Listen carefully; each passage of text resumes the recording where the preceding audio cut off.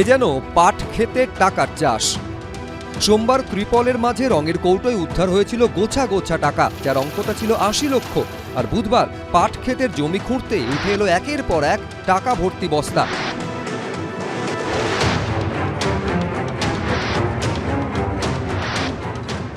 তৃণমূল পরিচালিত বাদুড়িয়া পুরসভার চেয়ারম্যান দীপঙ্কর ভট্টাচার্যের পর এবার তার সাগরেদের ডেরায় টাকার খনি।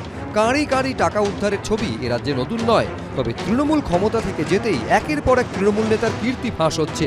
কোথাও দেখা যাচ্ছে সাদামাটা রংচটা ফ্ল্যাট বাড়ির ভেতরে আলিশান রাজমহল, গোপন ঘরে লুকোনো সম্পদের ভাণ্ডার।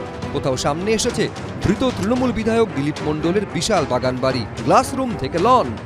এই প্রেক্ষাপটে সোমবার প্রথমে বাদুড়িয়া পুরসভার চেয়ারম্যানের পার্টি অফিস ও বাগান বাড়ি থেকে ৪,০০০ সরকারি ত্রিপল উদ্ধার। এবার তার সাগরেদের ডেরায় টাকা উদ্ধার ঘিরে শুরু হয়েছে রাজনৈতিক চাপানুতোর। কাটমানি বন্ধ হওয়ার সঙ্গে সঙ্গে আপনি দেখুন মাটি খুঁড়ে টাকা বেরোতে শুরু করেছে। অতএব সেখানে বলছে প্রধানের টাকা, চুরি করা টাকা, এই রকম টাকা যেখানে যেখানে আছে বিজেপি সরকার প্রত্যেকটি টাকার হদিশ বের করবে।